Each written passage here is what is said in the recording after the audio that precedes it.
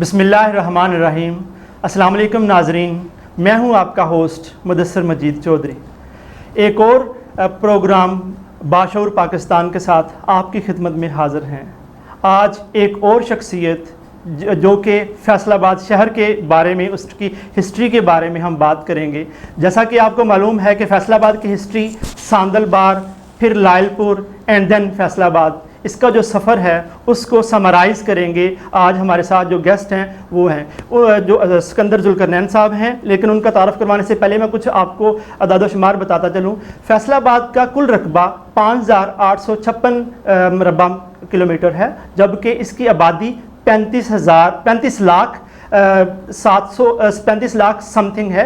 उसके अलावा ये फैसलाबाद ज़रई एतबार से और सनती एतबार से दुनिया में जाना पहचाना जो है मुल्क है। इस हवाले से अगर देखा जाए कि फैसलाबाद में जो एक्सपोर्ट और इम्पोर्ट का जो है मीन के कॉटन के एक्सपोर्ट और इम्पोर्ट के हवाले से बैरून मुमालिक में बेशुमार जो इसके जो कपड़े के एक्सपोर्ट और इम्पोर्ट के हवाले से जो है दुनिया में जाना जाता है। फैसलाबाद को मैनचेस्टर ऑफ पाकिस्तान भी कहा जाता है और उसके साथ साथ मैनचेस्टर ऑफ एशिया का टाइटल भी मिला है। तो आज इसी हवाले से जो फैसलाबाद की अगर हम बात करें तो यहाँ पर जो पुरानी कॉलोनीज़ हैं उनमें जना कॉलोनी, मदीना टाउन और इकबाल कॉलोनी जो कि मीन के काफ़ी अरसा से यहाँ पर लोग क़याम पज़ीर हैं। और अगर हम यहाँ की बात करें तो फैसलाबाद से 10 किलोमीटर के फासले पर जो एक इंटरनेशनल एयरपोर्ट है जहाँ से पूरी दुनिया से जो लोगों को एक्सेस मिलती है, तो वो भी एक स्टेट ऑफ द आर्ट जो है मीन एयरपोर्ट हमारे पास मौजूद है। उसके अलावा अगर हम बात करें अल्लामा इकबाल इंडस्ट्रियल जोन जो कि जिसका मीन 8000 एकड़ रकबा पर मुहित जो कि यहाँ पर एक्सप्रेस वे साइयावाला के पास बनाया गया है, तो उसके हवाले से भी हम बात करेंगे। तो डायरेक्टली हम अब आते हैं सर सिकंदर जुल्करनैन साहब जो कि एक माहिर तालीम हैं, हिस्टोरियन हैं। हिस्ट्री के हवाले से उनका बड़ा नॉलेज है, स्पेशली फैसलाबाद के हवाले से बड़ा नॉलेज है। फैसलाबाद के हवाले से उन्होंने बुक्स लिखी हैं, उनका भी आपके साथ तारुफ करवाएंगे। और गज़टियर जो है जो डीसी साहब की कोलैबोरेशन के साथ उन्होंने कंपाइल किया है, उसके हवाले से भी बात करेंगे। तो सबसे पहले हम इनिशियली जैसा कि बाशऊर पाकिस्तान प्रोग्राम में जो भी पर्सनैलिटी आती है उसका हम इंट्रोडक्शन करते हैं, उसका मीन के उसकी इब्तदाई तालीम के हवाले से बात करते हैं, फिर हम उसके बाद सवाल जवाबात का जो सिलसिला जो उसकी अचीवमेंट्स हैं उनके बारे में बात करते हैं। तो अस्सलाम वालेकुम सर। जी वालेकुम सलाम। सर क्या हाल चाल आपका? ठीक जी मैं खैरियत। सर सबसे पहले तो हम आपके बारे में बात करेंगे। आप किस किस्म के तालिब इल्म थे? आपकी जो लर्निंग अप्रोच वो क्या थी? जी बहुत शुक्रिया और बाशऊर प्रोग्राम का और शऊर टीवी का कि आप जो बड़ी एक नोबल कॉज लेके चले हैं। मेरी दुआ है कि पाकिस्तानी अवाम को शऊर आ जाए, जो बड़ा मुश्किल काम है। तो अल्लाह पाक इस जहाद में आपको हेल्प आउट करें। आमीन। मैं समझता हूँ कि बड़ी ज़रूरत है पाकिस्तान में तरबियत की, शऊर की, आगाही की। तो हमें हर सतह पे इस तरफ तवज्जो देनी चाहिए। जो हमारे मुल्की हालात हो गए हैं, आप भी सुनते हैं, मैं भी सुनता हूँ, देखता हूँ कि एग्रेशन बढ़ गया है, ज़ब्त व तहम्मुल की बड़ी कमी हो गई है हर जगह पे। पढ़े लिखे लोग भी जो हमारे पार्लियामेंटेरियन हैं, ज़िम्मेदार लोग हैं, वो भी बड़ी बेसब्री का मुजाहरा कर रहे हैं। तो मेरा ख़्याल है कि जितनी आज ज़रूरत है हमें शऊर की, आगाही की और नॉलेज की, इंफॉर्मेशन की, उतनी तो कभी भी नहीं थी। तो अब जो आपने सवाल किया है कि ये तालिब इल्मों के लिए और ख़ास तौर पर हमारे असातिज़ा के लिए है कि जब वो बच्चों को पढ़ाते हैं तो आप अक्सर ये तो लफ्ज़ सुनते हैं ना कि साइकोलॉजिकल अप्रोच हमारी क्या होनी चाहिए, स्टूडेंट को समझना चाहिए वो इंट्रोवर्ट है, एक्सट्रोवर्ट है, किस तरह वो लर्न करता है, उसका लर्निंग बिहेवियर क्या है। तो मैं जो कि मेरा रिमोट गांव से फार फ्लंग जो गांव है उससे ताल्लुक़ था और मैं बड़ा शाई स्टूडेंट था।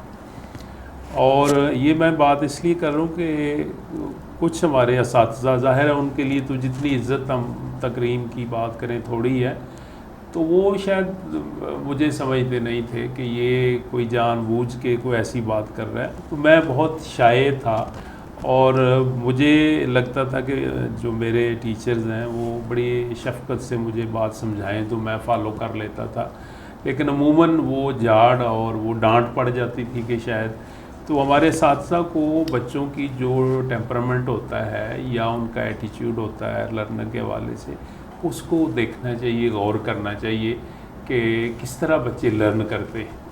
تو اس کا مجھے نقصان بھی ہوا، مطلب جو شائع اسٹوڈنٹ ہوتا ہے، ہمارے ناظرین سمجھتے ہوں گے کہ شرمیلا سا جسے ہم کہتے ہیں، تو اس کا مجھے نقصان بھی ہوا کہ میں نے کبھی اسکول لیول پہ کوئی ڈبیٹ نہیں کی، کوئی اسپیچ نہیں کی، حالانکہ کر سکتا تھا، ٹیلنٹ تھا۔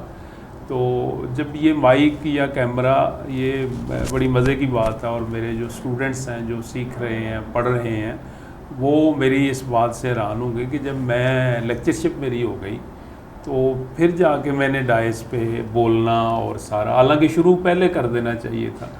تو آپ سمجھیں کہ میں نے اپنی جو فارمل ایجوکیشن کمپلیٹ کرنے کے بعد میں نے مائک پہ بولنا سیکھا، حالانکہ ایسا نہیں کرنا چاہیے تھا، شروع میں ہی ہمیں مائک پہ بولنا اور کرنا۔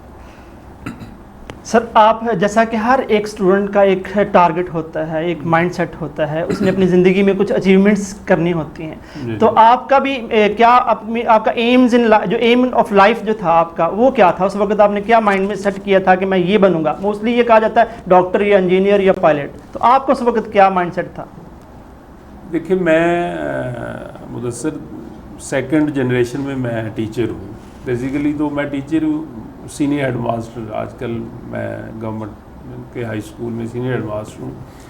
تو ایجوکیشن سے ہمارا تعلق ہے، ہم کاؤنسلنگ کرتے ہیں، نئی نسل کو بتاتے ہیں۔ ایم لائف میں ہونا بہت ضروری ہے، جسے ہم گائیڈنگ سٹار کہتے ہیں، کہ آپ ایک ٹارگٹ سیٹ کر لیتے ہیں، پھر اس کو اچیو کرنے کے لیے آپ ساری ایفرٹ لگاتے ہیں۔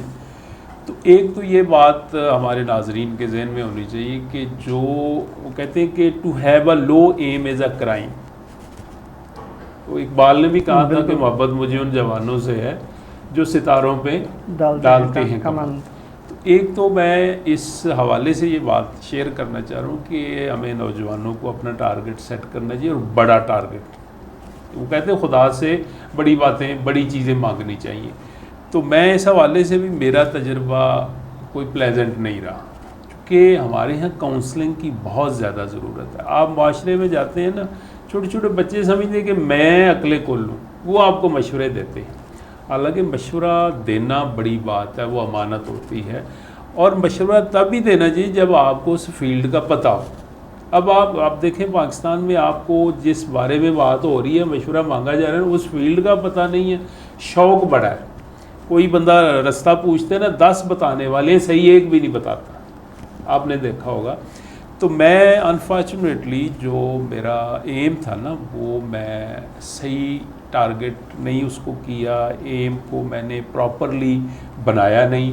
اس کی وجہ کیا ہوئی ہے کہ کاؤنسلنگ نہیں تھی۔ جب ہم اسکول گوئنگ اسٹوڈنٹ تھے تو اس میں کیا تھا، آپشنل تھا کہ آپ اسکول چلے جائیں چاہے کھیتوں میں کام کرنے چلے جائیں۔ تو ایسے نہیں ہونا چاہیے آپ کو شروع میں، اور یہ ہمارا پیرنٹس کا سوشل جو پریشر ہے نا کہ آپ نے، جیسے آپ نے کہا ڈاکٹر ہی بننا ہے، ایسے نہیں کرنا چاہیے، بلکہ جو نیچرل ٹیلنٹ ہے نا اسٹوڈنٹ کے اندر، اسے اس ڈائریکشن میں آپ کو جانے دینا چاہیے۔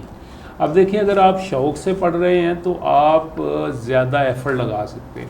اگر آپ پریشر میں پڑھ رہے ہیں کہ نہیں ہمارے بیٹے نے انجینئر ہی بننا ہے، ہو سکتا ہے اسے انجینئرنگ سے بالکل کوئی تعلق نہ ہو، کوئی یہ نہ ہو، تو مجھے چاہیے تھا کہ میں CSS کرتا، PMS کرتا، لیکن میں نے کوئی ایسا نہیں کیا۔ ہمارے دیکھیں میرے ذہن میں تھا کہیں، وہ تو پراپر سیٹ کرنا چاہیے نا، میرے ذہن میں تھا کہ میرے والد مرحوم ٹیچر تھے، تو میں نے ٹیچر سے بڑا لیکچرر بننا ہے، تو میں لیکچرر سے آگے بھی کچھ کر سکتا تھا، لیکن میں نے اپنے آپ کو انڈر پرفارم کیا ہے۔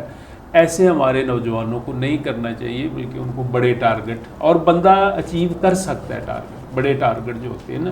یہ میری طرف سے غلطی تھی، بہرحال الحمدللہ کہ میں نے PPSC سے میرا یہ ہو گیا، میں ڈائریکٹ 18 میں آ گیا، یہ تو اللہ کا احسان ہے، لیکن میں نے ٹارگٹ صحیح سیٹ نہیں کیا۔ ہماری نئی نسل ایسا نہ کرے۔